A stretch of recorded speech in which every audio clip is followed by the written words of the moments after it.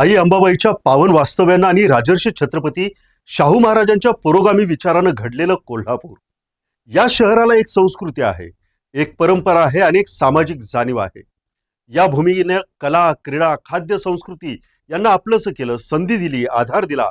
पण याच कोल्हापूरच्या दारात काही अस्वस्थ करणारे प्रश्न आता ठाकले आहेत. दुपारच्या सुमारास सहजपणे रेल्वे स्थानकाच्या परिसरामध्ये काही क्षण उभे राहा. खांद्यावरती बॅगा, हातात पोती घेऊन शेकडो लोक रोज कोल्हापुरात पाऊल ठेवताना दिसतात. प्रश्न त्यांच्या येण्याचा नाही, प्रश्न आहे त्यांच्या मागोमाग येणाऱ्या अनुत्तरित प्रश्नांचा. हे लोक नेमके कोण, कोठून आलेत, कुठं राहणार आणि कोणत्या व्यवसायात गुंतणार? सर्वात महत्वाचं म्हणजे यांच्या अस्तित्वाची अधिकृत नोंद कोणाच्या दप्तरी झाली आहे?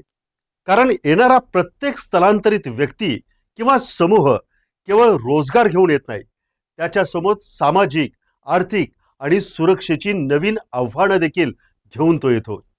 कोल्हापूरमध्ये दाखल होणाऱ्या या गर्दीत एखादा हद्दपार गुन्हेगार मिसळलेला नाही याची खात्री कोण देणार? एखादा फरार आरोपी नवीन ओळख घेऊन शहरात स्थिरावत नाही याची हमी कोण देणार? रेल्वे स्थानकावरती उतरून शहरात बेमालूमपणे शिरणाऱ्या या चेहऱ्यांची पडताळणी नेमकी कोण करणार? अलीकडच्या काळात अवैध शस्त्रांचे धागेदोरे राज्याच्या बाहेर पोचल्याच्या काही घटना समोर आल्या. मादक पदार्थांचा विळखा शहराच्या तरुणाईच्या भोवती अधिक घट्ट होताना दिसतोय. या काळ्या साखळीमागे कोण आहे? कोल्हापूरच्या शांततेवर डल्ला मारणाऱ्या टोळ्यांचे पाय या वाढत्या स्थलांतराच्या गर्दीतून रोवले तर जात नाही ना? हा प्रश्न विचारणं गैर नाही, उलट तो विचारणं ही जबाबदार माध्यमाची भूमिका आहे.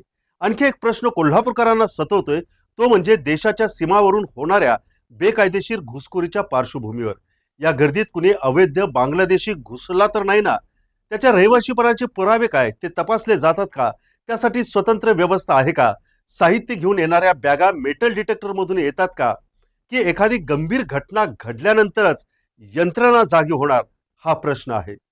रोजगाराच्या आघाडीवर देखील चित्र चिंताजनक आहे. आधीच मर्यादित संधीसाठी झगडणाऱ्या इथल्या स्थानिक युवकांसमोर आता अधिक तीव्र स्पर्धा उभी राहिली आहे. कमी मजदुरीत उपलब्ध होणाऱ्या मनुष्यबळामुळे कामगार, कारागीर, पारंपरिक व्यवसाय यांच्यावरती आता दबाव वाढत आहे. रोजगाराच्या शोधात स्वतःच्या शहरात स्थानिक युवक आता दुय्यम ठरतोय की काय, आणि त्याची जबाबदारी कोण घेणार, ही चिंता सतावत आहे. कोल्हापूरच्या मध्यवर्ती भागात निर्माण होत असलेली परिस्थिती दुर्लक्षित करून चालणार नाही. महाद्वार रोड, भवानी मंडप, राजारामपुरी, गांधीनगर आणि इतर प्रमुख बाजारपेठांमध्ये अनेक परप्रांतीय विक्रेते रस्त्याच्या कडेला, फुटपाथवर, सार्वजनिक जागांवर आपला माल विक्रीसाठी मांडताना दिसतात. उदरनिर्वाहाचा हक्क प्रत्येकाला आहे, पण या अनियंत्रित वाढीमुळे स्थानिक व्यावसायिक आणि बाहेरील विक्रेते यांच्यात अनेकदा वाद होतोय. याहून गंभीर बाब म्हणजे या अनधिकृत स्टॉल आणि विक्री केंद्रामुळे वाहतुकीवरती मोठा ताण पडत आहे. आधीच अरुंद असलेल्या रस्त्यांवर अतिक्रमणासारखी परिस्थिती निर्माण होत आहे.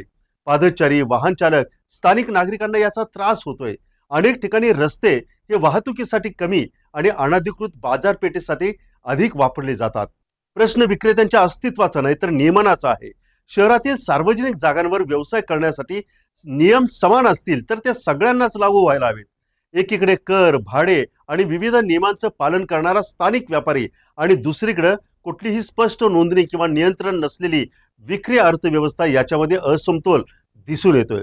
आणि म्हणूनच प्रसार माध्यमची भूमिका कोणत्याही राज्याविरोधात नाही, कोणत्याही भाषिक समाजाच्या विरोधात नाही आणि स्थलांतराच्या विरोधात देखील नाही, पण कोल्हापूरच्या सुरक्षेविषयी, रोजगाराविषयी आणि भवितव्याविषयी नक्की आहे. आज गरज आहे ती कठोर नोंदणीची, अनिवार्य पोलीस पडताळणीची, भाडेकरू आणि कामगार नोंदीच्या प्रभावी अंमलबजावणीची आणि संशयास्पद हालचालीवर तातडीनं कारवाई करण्याची. कारण शहरं एका दिवसात बदलत नाहीत, ती हळूहळू बदलतात आणि जेव्हा बदल लक्षात येतो तेव्हा अनेकदा खूप उशीर झालेला असतो.